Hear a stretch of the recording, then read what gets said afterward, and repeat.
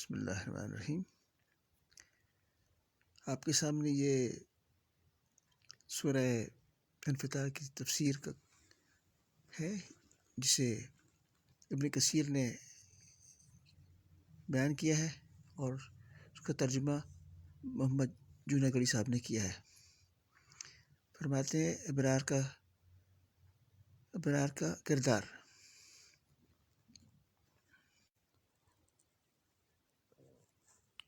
جو لوگ اللہ تعالیٰ کے اطاعت گزار فرمانبردار گناہوں سے دور رہتے ہیں، انہیں اللہ تعالیٰ جنت کی خوشخبری دیتا ہے۔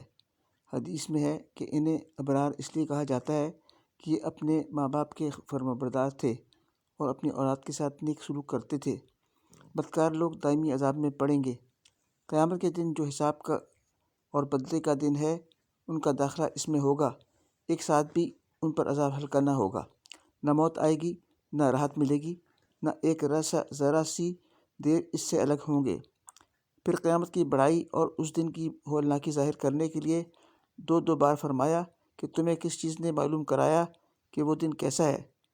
پھر خود ہی بتلایا کہ اس دن کوئی کسی کو کچھ بھی نہ نفع نہ پہنچا سکے گا، نہ عذاب سے نجات دلا سکے گا۔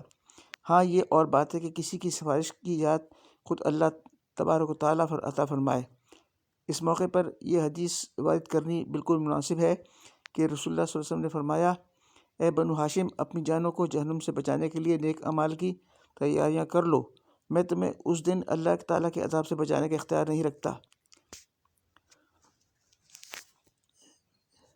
یہ تو آپ نے سن لیا کہ حدیث میں جس طرح ہے اور قرآن میں جس طرح فرمایا گیا ہے۔ اب ہم ایک بات کرتے ہیں، وہ یہ ہے کہ یہ سب کچھ اس لیے ان لوگوں کے لیے ہے جو ایمان والے ہیں۔ ایمان والے کون ہیں؟ جو اللہ پہ یقین رکھتے ہیں، بالکل ایسے جیسے کہ رکھنا چاہیے، کہ اس کائنات کا مالک، داتا و دستگیر، داتا کہتے ہیں دینے والا، دستگیر ہاتھ پکڑنے والا،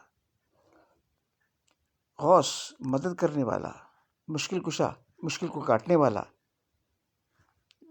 وہ آپ کا رب ہے۔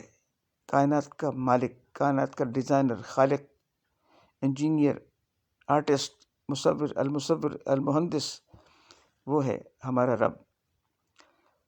تو اسی کی بندگی کرنی چاہیے، اسی کی اطاعت کرنی چاہیے، اسی کی فرمانبرداری کرنی چاہیے۔ ہم کہتے تو ہیں سب کچھ، بہت بڑے بڑے علماء اور مولوی حضرات یہ بات کہتے ہیں، لیکن عملاً جو ہے معاملہ کچھ اور ہی ہوتا ہے۔ آپ خود دیکھ لیجئے کہ یہاں تک ایک صاحب نے کہہ دیا کہ اللہ تعالیٰ نے آ کے فلاں کی نماز جنازہ پڑھائی، تو کیا اللہ تعالیٰ کا کام یہ ہے کہ وہ لوگوں کی نماز جنازہ پڑھائے گا؟ استغفر اللہ، استغفر اللہ، استغفر اللہ۔ اور اسی طرح ایک صاحب وہاں گئے، اجمیر گئے، تو انہوں نے دیکھا کہ لوگ قبروں کو سجدہ کر رہے ہیں، تو انہوں نے کہا کہ یہ تو کوئی فرق نہیں ہوا، ہندو بھی پوجا کرتے ہیں، ان کو آگے ماتھا ٹیکتے ہیں، بتوں کے آگے ہاتھ جوڑتے ہیں، تو یہاں قبروں کے سامنے بھی یہی کچھ ہو رہا ہے۔ تو انہوں نے کہا کہ اس میں کیا، یہ کوئی فرق ہی نظر نہیں ہے۔ تو ایک بزرگ گزرے ہیں، انہوں نے